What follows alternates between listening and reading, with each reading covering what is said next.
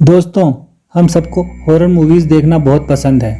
हम सब जानते हैं कि किसी भी हॉरर मूवीज़ की कहानी किसी हॉन्टेड घर, अस्पताल, चर्च या प्लेटफॉर्म, किसी हॉन्टेड हाईवे से शुरू होती है। लेकिन वो कैसा लगेगा आपको अगर वाकई में किसी हॉन्टेड घर में ले जाए और लोगों ने पहले ही वहाँ पर बहुत सी पैरानॉर्मल चीज़ें महसूस की हो। तो हम जिस हॉन्टेड घर के बारे में बात करने जा रहे हैं वो फ्रांस में स्थित है और ये 1856 में एक बिजनेसमैन ने बनवाया था, जो कि वहाँ पर 15 से 20 साल तक रहे और उनके साथ में एक उनकी मेड भी रहा करती थी। उस मेड का नाम नताशा पॉल्मर था। कुछ दिन रहने के बाद उस फैमिली ने उस घर को छोड़ने की सोची और किसी दूसरी फैमिली को बेच के चले गए। लेकिन जो मेड थी वो वहीं पर रहा करती थी और वो बाद में भी उस घर में काम करती रही। जो नई फैमिली आई थी उसमें जॉन स्मिथ और उनकी वाइफ एना स्मिथ थी। दोस्तों, जो उनकी मेड थी नताशा पाल्मर, उनको एक बीमारी थी। वो अपने से काफ़ी छोटी उम्र के लड़कों के साथ में संबंध बनाती थी। वो वहाँ पर काफ़ी बुरी तरीके से बदनाम थी, लेकिन नई फैमिली को इस बात का पता नहीं था। एक दिन नताशा पाल्मर, जो कि उनकी मेड थी, और उनके बेटे डॉल्टन, जो उनकी अभी उम्र 17 साल थी, उनको एना स्मिथ ने संबंध बनाते हुए देख लिया।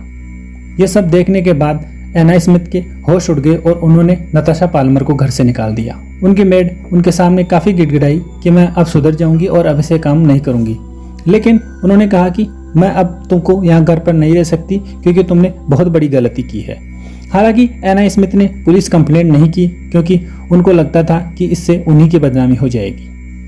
वो मेड वहाँ से तो चली गई, लेकिन 5-6 महीने उसको यहाँ वहाँ भटकने के बाद में भी कोई काम नहीं मिला और वो वापस उसी घर आ गई कि आप मुझे कोई सा भी काम दे दीजिए, लेकिन मैं अब और दूसरी जगह काम नहीं कर सकती। तो उस फैमिली ने वापस कहा कि हम तुमको नहीं रख सकते क्योंकि हमें तुम बिल्कुल भी अच्छी नहीं लगती। जो तुमने गलती की है वो माफ़ी देने लायक नहीं है।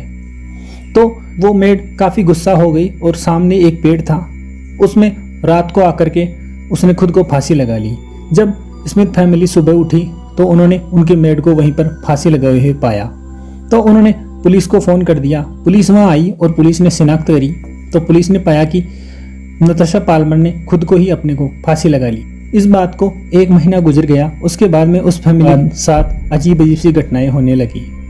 एक दिन उन्होंने सुबह अपने डॉग को मरा हुआ पाया और वो बुरी तरह से कुचला हुआ था। ऐसा भी नहीं लग रहा था जैसे किसी व्हीकल से कुचला हुआ, ऐसा लग रहा था किसी इंसान ने उसकी बोटी बोटी कर दी हो। उन्होंने नई मेड रख ली और उनकी मेड एक दिन काम करते हुए ऊपर वाले सीढ़ी से नीचे गिर गई। जब उससे पूछा तो उसने बताया कि मुझे किसी ने धक्का दिया था। तो उन्होंने इस बात को ज़्यादा सीरियसली नहीं लिया और वो मेड कुछ दिन आराम करने के बाद वापस काम पे आ गई।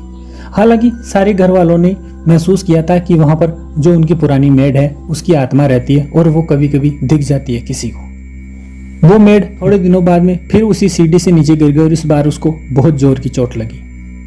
वो काफ़ी दिनों तक हॉस्पिटलाइज्ड रही और उसने इस बार भी बताया कि मुझे किसी ने ऊपर से धक्का दिया है। वहाँ पर काम की मारामारी थी।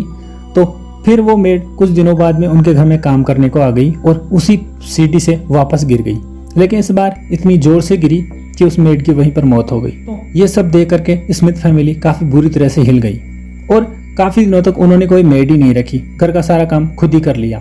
5-6 महीने बाद में उन्होंने फिर से किसी मेड को रखा और उस मेड की भी रहस्यमयी तरीके से मौत हो गई। लेकिन स्मिथ फैमिली को कुछ नहीं हुआ और जो नई मेड थी उनके एक बच्चा था, स्कॉट नाम का। स्कॉट अब बिल्कुल अकेला सा हो गया था, उसका कोई नहीं था। तो उस फैमिली ने उसको अपने घर में रख लिया। तो कुछ दिनों बाद में स्कॉट पागल सा हो गया, तो उसे जंजीरों से बांध दिया गया और पीछे वाले रूम में रखा गया।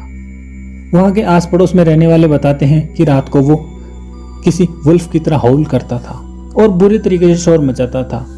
तो घर वालों ने सोचा कि ये पागल हो गया है और उसको पागलखाने में भर्ती करवा दिया गया।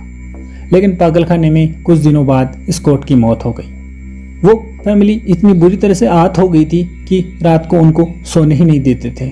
जोर जोर से किसी के चलने की आवाज़ आना, खिड़कियों पर किसी का हाथ मारना, दरवाज़ा खटखटाना, जोर से हवा का झोंका आना, अलमारी गिर जाना।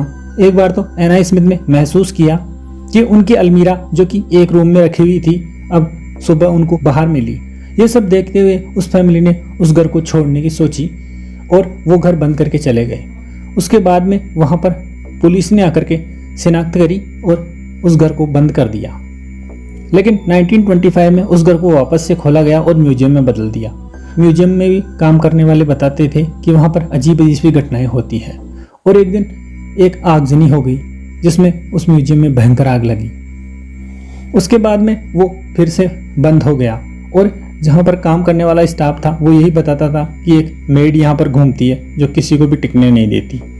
उसके बाद वो काफ़ी दिनों तक म्यूजियम बंद रहा और वापस रिनोवेट करके 1975 में वापस ओपन किया गया और अभी तक वो म्यूजियम चालू है। हालांकि नाइट शिफ्ट में काम करने वाला स्टाफ बताता है कि रात को पर अजीब अजीब सी आवाजें आना और ऐसा लगता है जैसे किसी को पीटा जा रहा हो।